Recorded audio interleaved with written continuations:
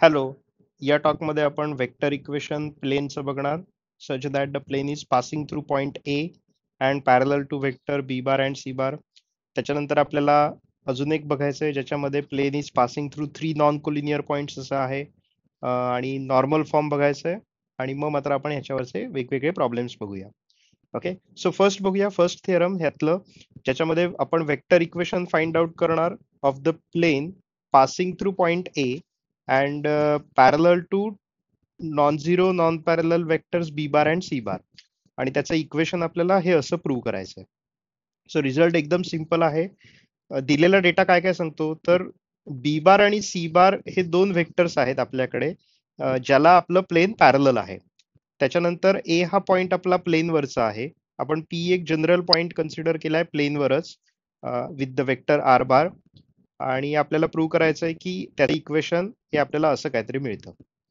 आता ज्यावेळेस आपण दोन वेक्टर्स कन्सिडर करतो आणि त्यांचा क्रॉस प्रॉडक्ट कन्सिडर करतो त्यावेळेस तो क्रॉस प्रॉडक्ट जो काही आहे बी बार क्रॉस सी बार तो आपल्याला त्या दोनही वेक्टर्सना परपेंडिक्युलर वेक्टर मिळतो.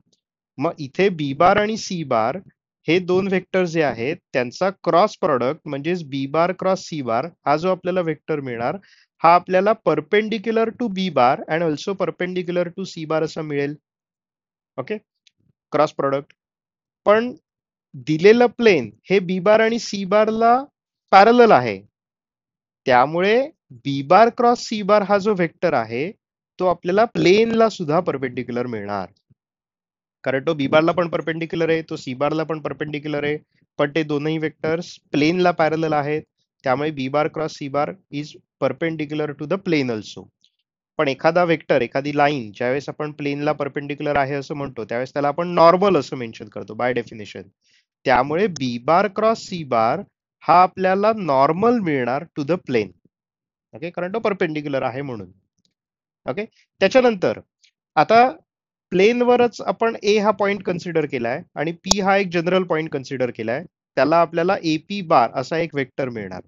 आता ए पॉइंट प्लेनवर आहे पी पॉइंट प्लेनवर आहे त्यामुळे ऑब्व्हियसली एपी बार वेक्टर सुद्धा आपल्याला कम्प्लिटली प्लेनवरच मिळणार. त्यामुळे एपी बार हा अजून एक आपल्याला प्लेनवरचा वेक्टर मिळाला. पण already B bar cross C bar is perpendicular to the plane आहे आणि एपी बार हा सुद्धा प्लेनवरच आहे. So we can say that AP bar is perpendicular to B bar cross C bar. बघा, B bar cross C bar normal आहे प्लेनला त्यामुळे परपेंडिक्युलर आहे. एपी बार हा वेक्टर सुद्धा प्लेनवरचाच पार्ट आहे त्यामुळे हे दोनही एकमेकांना परपेंडिक्युलर असणार. मग आता हे एकमेकांना दोन्ही परपेंडिक्युलर आहेत म्हणजेच काय त्यांचा डॉट प्रॉडक्ट आपल्याला 0 मिळेल. ऑलरेडी आपण डेफिनेशन बघितली डॉट प्रॉडक्टची. दोन वेक्टर्सचा डॉट प्रॉडक्ट 0 मिळतो प्रोव्हाइडेड ते दोन्ही वेक्टर्स एकमेकांना परपेंडिक्युलर असतील तर. मग इथे आता एपी बार आणि बी बार क्रॉस ए बार हे एकमेकांना परपेंडिक्युलर आहेत म्हणजेच त्यांचा डॉट प्रॉडक्ट 0 मिळेल. ओके, मग त्याच्यानंतर फक्त कॅल्क्युलेशन पार्ट आहे. एपी बारच्या ऐवजी सबस्टिट्यूट केलंय आर बार मायनस ए bar dot B bar cross C bar म्हणजेच R bar dot B bar cross C bar equal to A bar dot B bar cross C bar. So this is the required vector equation of the plane passing through the point A and that plane is parallel to vectors B bar and C bar. Okay, बघा हे theorem समजलंय का? आता ज्यावेळेस आपण म्हणतोय की B bar vector आहे C बार vector आहे आपलं प्लेन त्याला पॅरलल आहे त्याच्यानंतर एपी बार हा अजून एक वेक्टर आपण कन्सिडर केला जो त्याच प्लेनवर आहे त्यामुळे AP bar B bar and C bar हे सगळे वेक्टर्स या सेम प्लेनलाच आपल्याला पॅरलल मिळणार. आणि जर मग सगळे वेक्टर्स सेम प्लेनला पॅरलल असतील तर आपण ते कोप्लेनर वेक्टर्स आहेत असं म्हणतो. त्यामुळे एपी बार बी बार आणि सी बार हे कोप्लेनर वेक्टर्स झाले. आणि कोप्लेनर वेक्टरच्या डेफिनेशनने आपण म्हटलं होतं बघा की 3 वेक्टर जर कोप्लेनर असतील तर त्यातला एक वेक्टर उरलेल्या 2 वेक्टरच्या लिनियर कॉम्बिनेशन मध्ये आपल्याला एक्सप्रेस करता येतो. मग इथे सुद्धा एपी बार हा वेक्टर बी बार आणि सी बारच्या लिनियर कॉम्बिनेशन मध्ये एक्सप्रेस करता येईल. म्हणजेच आपण लिहू शकतो AP bar equal to lambda B bar plus mu C bar. त्यातले लॅमडा आणि म्यू हे मात्र स्केलर क्वांटिटीज आहेत. सो फायनली आपण हे असं इक्वेशन मेन्शन करू शकतो, R bar minus A bar equal to lambda B bar plus mu C bar, where lambda आणि म्यू आर स्केलर क्वांटिटीज, बाकी आपल्याला सगळे वेक्टर्स मिळत आहेत. Okay, so this is called as a vector equation of the plane in the parametric form. याच्या अगोदरच्या theorem मधलं जे आपण बघितलं ते जस्ट वेक्टर इक्वेशन होतं, तिथे पॅरामीटर्स नव्हते, लॅमडा म्यू नव्हते. पण हे मात्र आपण लॅमडा आणि म्यू असणारं इक्वेशन कन्सिडर केलं, याला आपण वेक्टर इक्वेशन म्हणणार in the parametric form. Okay, I hope तुम्हाला ही कन्सेप्ट क्लिअर झाली असेल. आता याच्यावरचे प्रॉब्लेम जे आहेत ते आपण या टॉकच्या शेवटी शेवटी बघूया. आता आपण नेक्स्ट थिअरम बघू. बघा काय काय आपल्याला फाइंड आउट करायचंय, तर वेक्टर इक्वेशनच फाइंड आउट करायचंय of the plane passing through 3 non collinear points. 3 non collinear points आहेत, त्याच्यामधनं प्लेन आपलं पास होत असेल तर त्याचं वेक्टर इक्वेशन. मग थिअरमचं स्टेटमेंट बघा की ए बी आणि सी हे 3 पॉइंट्स आपण कन्सिडर करतोय, A bar B bar C bar corresponding vectors आहेत. तर त्याच्यासाठी असणारं वेक्टर इक्वेशन आहे आपलं R bar minus A bar dot B bar minus A bar cross C bar minus A bar equal to 0. हेही simple आहे एकदम रिझल्ट. बघा फिगर आपण ऑब्झर्व करूया. फिगर मध्ये जर ऑब्झर्व केलं तर ए पॉइंट दिलेला आहे, बी पॉइंट दिलेला आहे, सी पॉइंट आहे, त्याला करस्पॉन्डिंग ए बार बी बार आणि सी बार वेक्टर्स कन्सिडर केले. हे तीनही वेक्टर्स नॉन कोलिनियर वेक्टर्स आहेत. त्याच्यानंतर पी हा आपण एक जनरल पॉइंट कन्सिडर केलाय with the vector R bar on the same plane. Okay, मग ज्यावेळेस आपण ही अशी फिगर कन्सिडर करू त्यावेळेस आपल्याला ए बी बार आणि ए सी बार, ए बी बार ए सी बार आणि ए पी बार असे आधी 3 वेक्टर्स मिळतील. त्यापैकी जर आपण ऑब्झर्व केलं तर ए B bar cross A C बार हा आपला जो वेक्टर असेल, हा वेक्टर म्हणजेच काय असणार, तर perpendicular to A B bar and perpendicular to A C bar असेल. कारण क्रॉस प्रॉडक्टने मिळणारा वेक्टर हा त्या ओरिजिनल वेक्टर्सना परपेंडिक्युलर असतो. मग इथे सुद्धा ए बी बारला आणि ए सी बारला या दोनही वेक्टर्सना आपल्याला ए B bar cross A C बार हा परपेंडिक्युलर वेक्टर मिळणार. ओके, पण मग तो perpendicular to A B bar आहे, perpendicular to A C bar आहे, म्हणजेच it is perpendicular to the plane. कारण ए बी बार आणि ए सी बार हे प्लेनचेच भाग आहेत. त्यांना जर एखादा वेक्टर परपेंडिक्युलर असेल तर ऑब्व्हियसली प्लेनला सुद्धा परपेंडिक्युलर असणार. त्यामुळे ए B bar cross A C बार हा वेक्टर आपल्याला प्लेनला सुद्धा परपेंडिक्युलर मिळणार. पण मग प्लेनला परपेंडिक्युलर मिळणार, त्याच प्लेनवर आपण ए पी बार हा पण वेक्टर कन्सिडर करतोय, त्यामुळे हा वेक्टर आपल्याला ए पी बारला सुद्धा परपेंडिक्युलर मिळणार. ओके, बघा लक्षात येत आहे का? जसं आपण लास्ट थिअरम मध्ये बघितलं त्याच पद्धतीने इथे आहे की वेक्टर परपेंडिक्युलर आहे एका वेक्टरला, पण त्याच वेक्टरला एक पॅरलल आपल्याला आपण प्लेन कन्सिडर करतोय, मग त्याच्यावरच्या सगळ्या वेक्टर्सना सुद्धा परपेंडिक्युलर असणार. मग तसंच इथे A B bar cross A C bar is perpendicular to A P bar. पण मग हे दोन वेक्टर्स एकमेकांना परपेंडिक्युलर असतील तर त्यांचा डॉट प्रॉडक्ट आपल्याला 0 मिळेल, म्हणून आपण हे लिहू शकलो. ओके, मग त्याच्यामध्ये जस्ट सबस्टिट्यूशन केलंय, ए पी बारच्या ऐवजी R bar minus A bar. Okay, A B बारच्या ऐवजी बी बार मायनस ए बार आणि ए सी बारच्या ऐवजी C bar minus A bar. So this is the required equation. Okay, म्हणजेच त्याला आपण एका वेक्टरचा दुसऱ्या वेक्टर बरोबर डॉट प्रॉडक्ट क्रॉस तिसरा वेक्टर असं जे आहे याला आपण स्केलर ट्रिपल प्रॉडक्ट असं म्हणतो. ओके, बॉक्स प्रॉडक्ट असं म्हणतो. So this is the required vector equation of the plane passing through 3 non collinear points. Okay, त्याचंच कार्टेशियन फॉर्म सुद्धा दिलाय बघा इथे. डिटर्मिनंटच्या फॉर्म मध्ये Cartesian form of the same equation आपल्याला मेन्शन करून दिलंय. तो क्वेश्चन काय विचारलाय त्याच्यावर आपण कुठला फॉर्म्युला वापरायचा ते डिपेंड असेल. वेक्टर इक्वेशन विचारलं असेल तर त्याचं वापरणार, कार्टेशियन फॉर्म विचारला असेल तर मात्र आपण हा फॉर्म्युला जो काही आहे तो यूज करू शकतो. ठीक आहे, सो हेही थिअरम एक सिंपल रिझल्ट होता ज्याने आपण प्लेनचं इक्वेशनच फाइंड आउट केलं. आता या स्टॉक मधला आपण लास्ट थिअरम बघूया, normal form of equation of a plane. Okay, बघा काय काय आहे. The equation of the plane at a distance P unit from the origin and to which the unit vector n cap is normal is r bar dot n cap equal to p. Okay, आपल्याला एक plain दिलंय, ते plain origin पासून एका particular डिस्टन्सवर आहे आणि त्याला आपल्याला एक युनिट वेक्टर एन कॅप मिळतोय, तो त्याला परपेंडिक्युलर आहे. तर अशा केसमध्ये आपल्याला त्याचं वेक्टर इक्वेशन फाइंड आउट करायचं आहे. तो जर फिगर ऑब्झर्व केली तर x axis, Y axis, Z axis आहेत, ओरिजिन आहे, प्लेन कन्सिडर केलाय, प्लेनवरचा एन हा पॉइंट आपण कन्सिडर करतोय. ओके, ओरिजिन आपला ओ आहे, त्यामुळे ओ एन हे आपलं परपेंडिक्युलर डिस्टन्स असणार, ते आपण पी कन्सिडर केलंय, कारण गिव्हन डेटात सांगतो की ओरिजिन पासून प्लेन पी या डिस्टन्सवर आहे, म्हणजे ओरिजिन पासून टाकलेला प्लेनवरचा परपेंडिक्युलर जो असेल त्याची लेंथ आपल्याला पी मिळणार. So O N perpendicular to the plane आहे आणि ओ एन ची लेंथ आपण पी कन्सिडर करू. त्याच्यानंतर एन कॅप हा आपला युनिट वेक्टर आहे अलॉंग ओ एन. मग ज्यावेळेस आपण ओ एन बार डिफाईन करू त्यावेळेस तो वेक्टर आहे, म्हणजे त्याला मॅग्निट्यूड पाहिजे, त्याला डायरेक्शन पाहिजे. त्याला डायरेक्शन जी आहे ती एन कॅपची आहे आणि आपण मॅग्निट्यूड कन्सिडर करणार पी, कारण ओ एन ची लेंथ पी आहे. त्यामुळे O N bar equal to आपल्याला मिळणार P N cap. Okay, simple आपण वेक्टरची डेफिनेशन कन्सिडर केली. त्याच्यानंतर पी हा जो पॉइंट आहे तो प्लेनवरचा एक आर्बिटरी पॉइंट आहे, आर बार वेक्टर त्याला करस्पॉन्डिंग कन्सिडर केलाय. आता ओ एन हा वेक्टर आपला प्लेनला परपेंडिक्युलर आहे. त्याच्यानंतर एनपी बार हा वेक्टर आपल्या प्लेनचा पार्ट आहे, त्यामुळे ओ एन हा वेक्टर एनपी बारला सुद्धा परपेंडिक्युलर असणार. ओके, ओ एन हा वेक्टर एनपी बारला सुद्धा परपेंडिक्युलर असेल. त्याच पद्धतीने ओ एनच्या ऐवजी आपण म्हणणार एन कॅप वेक्टर, तोही आपला परपेंडिक्युलर टू एनपी असणार. ओके, कारण N cap is unit vector along O N. मग ओ एन जर एनपी ला परपेंडिक्युलर आहे तर unit vector along O N is also perpendicular to NP. तर आपण म्हणू शकतो NP bar is perpendicular to N cap. Okay, म्हणजेच एनपी बार आणि एन कॅपचा डॉट प्रॉडक्ट झिरो झाला, जे आपण सातत्याने यूज करतोय की दोन वेक्टर्स एकमेकांना परपेंडिक्युलर असतील तर डॉट प्रॉडक्ट झिरो असतो, त्यामुळे तेही आपल्याला मिळेल.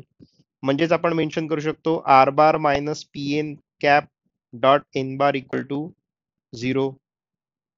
म्हणजेच आपण मेन्शन करू शकतो R bar dot N cap minus P N cap dot N cap equal to zero.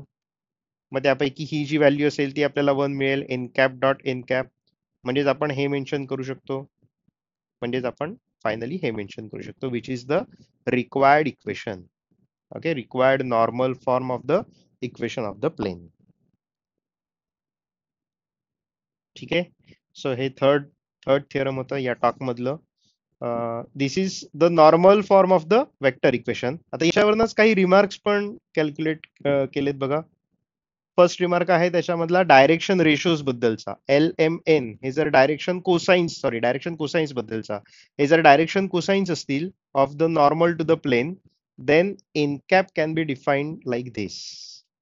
N cap equal to L I cap plus M J cap plus N K cap. त्याच्यानंतर N जर foot असेल perpendicular drawn from the origin to the plane आणि याची length आपण जर P consider केली तर आपल्याला एन चे कोऑर्डिनेट्स मिळतात बघा, पी एल, पी एम आणि पी एन. ओके, त्याच्यानंतर इक्वेशन ऑफ द प्लेन हे असं कन्सिडर केलं, L X plus M Y plus N Z equal to P, then this is known as the normal form of the Cartesian equation of the plane. आपण जे theorem बघितलं ते normal form of the vector equation होतं आणि हे मात्र normal form of the Cartesian equation आहे, L X plus M Y plus N Z equal to P. आणि फायनली लास्ट रिमार्क आहे की डिस्टन्स पी युनिट्सवर आपण जर प्लेन कन्सिडर केलं, ओरिजिन पासून पी डिस्टन्स आहे आणि N cap as a unit vector आहे अलॉंग द नॉर्मल, तर आपल्याला दोन प्लेन्स मिळतात, R bar dot N cap equal to plus or minus P. आता अर्थात डिस्टन्स हे कधी निगेटिव्ह नसणार, पण डायरेक्शन मॅटर करेल, त्यामुळे आपल्याला त्या केसमध्ये दोन वेगवेगळी प्लेन्स मिळतात आणि त्यांची इक्वेशन्स आपण डिफाईन करतो, R bar dot N cap is equal to plus or minus P. Okay, so बघा हे थिअरम तुम्हाला क्लिअर कट समजलंय का? आता मात्र आपण या थिअरमशी रिलेटेड असणाऱ्या प्रॉब्लेम्स कडे जाऊया. 3 थिअरम्स आपण बघितले, आता आपण याच्यावरचे 1-2-3 प्रॉब्लेम्स बघू आणि मग मात्र आपला हा टॉक संपेल.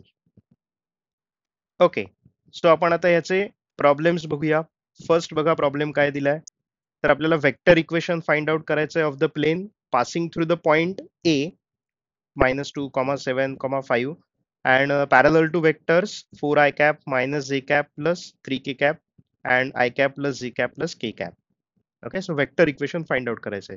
याच स्टॉक मध्ये आपण फर्स्ट थिअरम बघितला होता बघा. त्याच्यामध्ये आपण फॉर्म्युला बघितला R bar dot B bar cross C bar equal to A bar dot B bar cross C bar.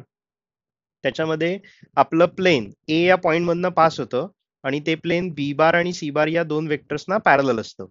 मग इथे पण आपण कन्सिडर करताना काय काय करणार, तर ए बार म्हणजेच आपला काय असेल -2 I cap plus 7 j cap plus 5 K cap.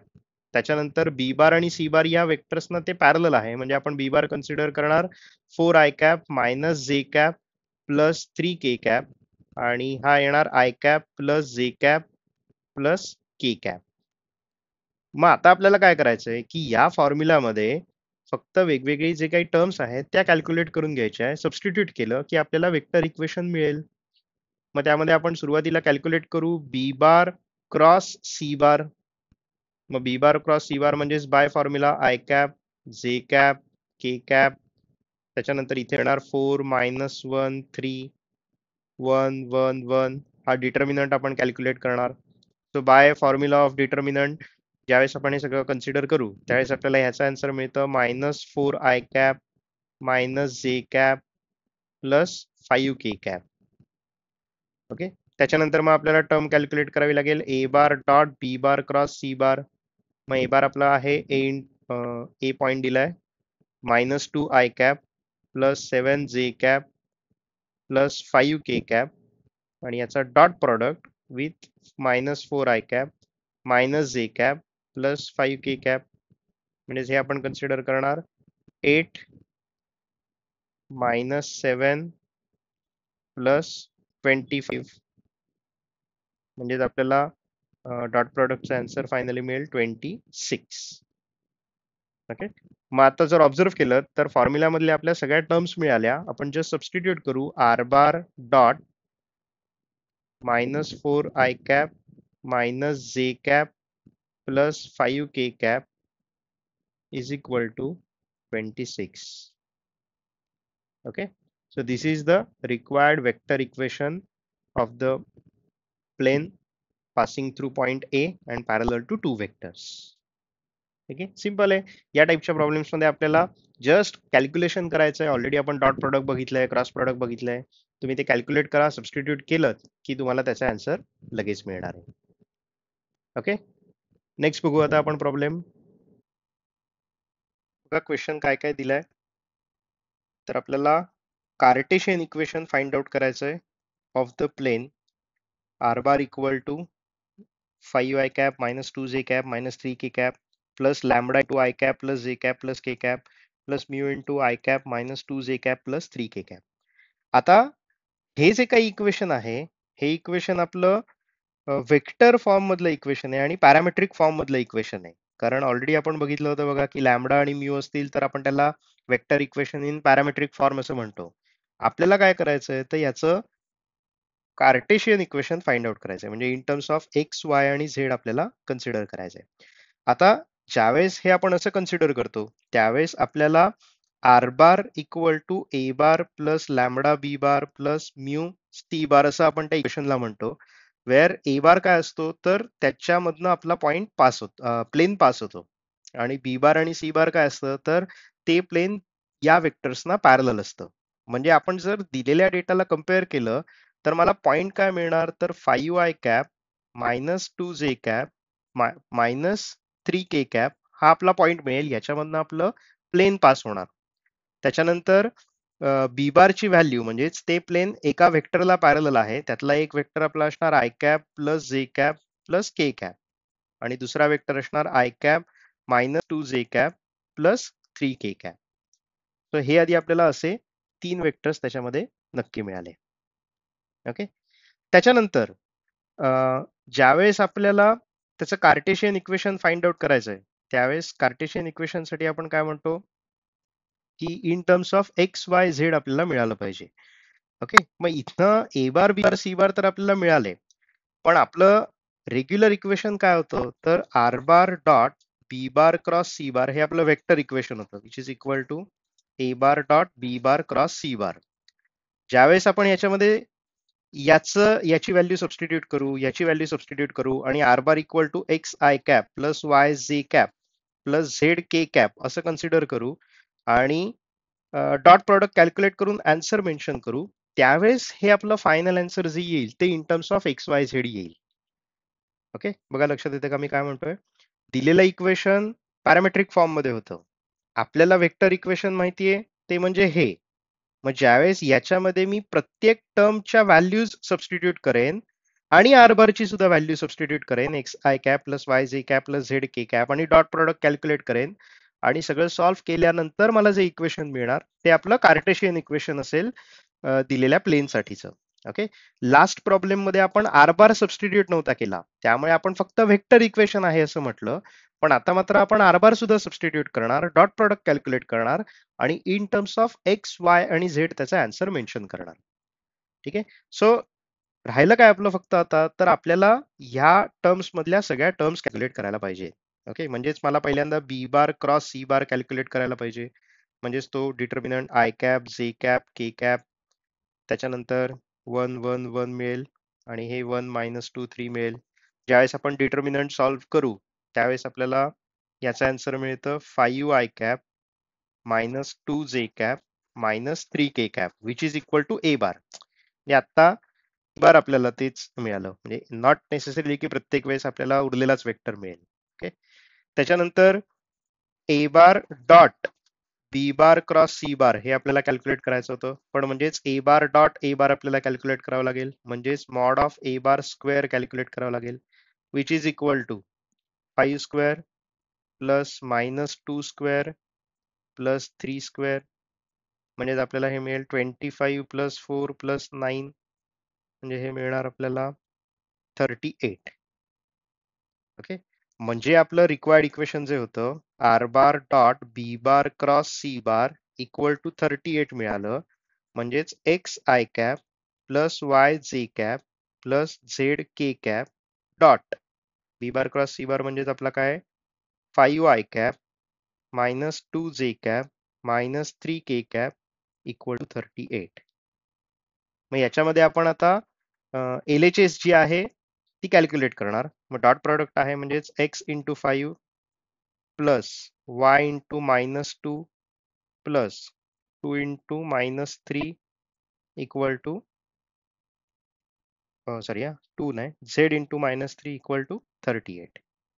म्हणजेच आपल्याला बघा मिळेल 5x -2y -3z equal to 38.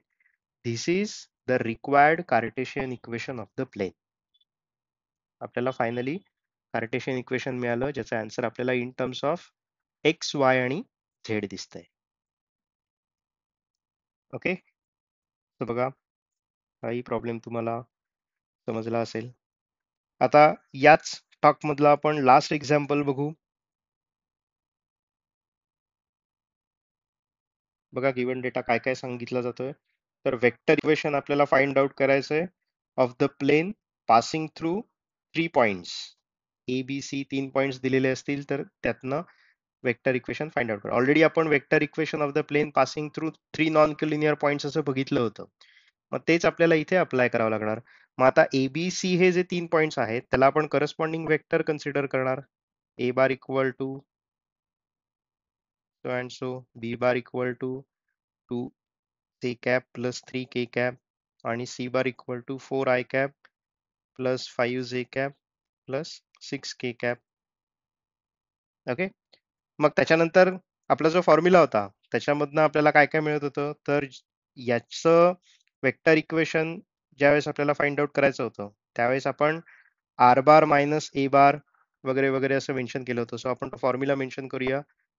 Formula आपला होता आर बार मायनस ए bar dot B bar minus ए bar cross C bar minus ए बार.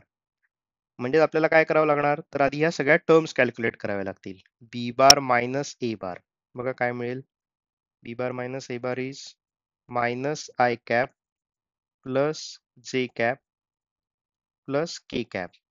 त्याच्यानंतर c bar minus a bar, so 3 I cap plus 4j cap plus 4k cap. Okay, so हे दोन vectors मिळाले. त्याच्यानंतर आपण calculate करणार बी bar minus C बार cross C बार, sorry बी bar minus ए bar cross C bar minus ए bar, म्हणजे आपलं determinant I जे के 1 minus 1 1 1 3 4 4. तो हा डिटर्मिनंट आपण कॅल्क्युलेट केला की आपल्याला आन्सर मिळतं 7 j cap minus 7 k cap. Okay, म्हणजे आता फक्त राहिलं काय, तर R bar minus A bar dot 7 j cap minus 7 k cap equal to 0.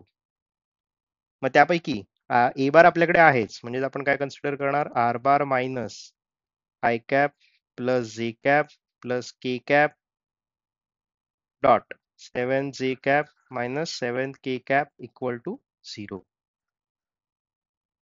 Okay, so आपल्याला हे बघा काय मिळेल, this is equal to, therefore आपण मेन्शन करणार r bar dot 7 j cap minus 7 k cap minus I cap plus J cap plus K cap dot 7 J cap minus 7 K cap equal to 0.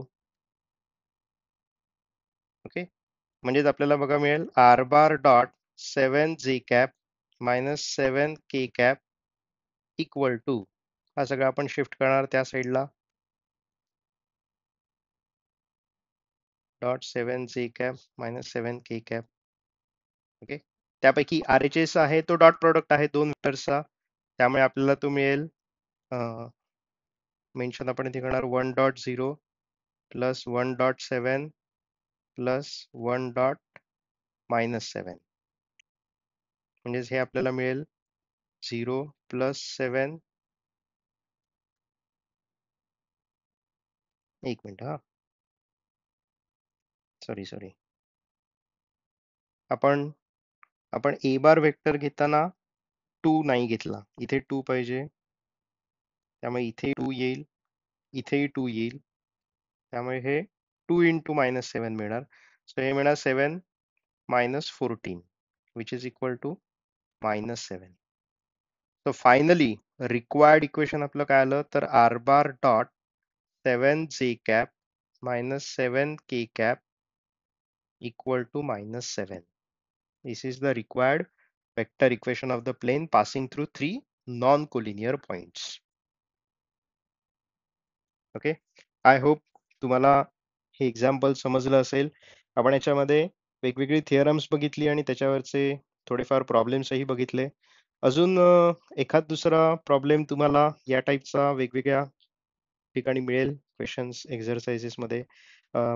जो आपण यातला last point बघितला normal form, त्याच्यावरचे सुद्धा problem जे आहेत ते जस्ट तुम्ही ट्राय करून बघा की कशा पद्धतीने सॉल्व्ह करता येतील. डायरेक्शन रेशोज दिलेत किंवा डायरेक्ट कोसाइन्स दिले असतील तर ते कशा पद्धतीने सॉल्व्ह करायचं, आणि ते चेकिंग साठी माझ्याकडे पाठवले तरी पण चालेल. ओके, सो या टॉक मध्ये आपण आता थांबू.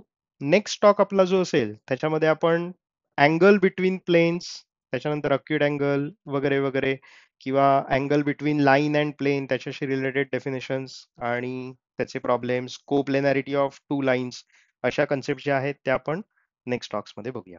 ठीक आहे, या टॉक मध्ये आपण आता थांबू. थँक्यू.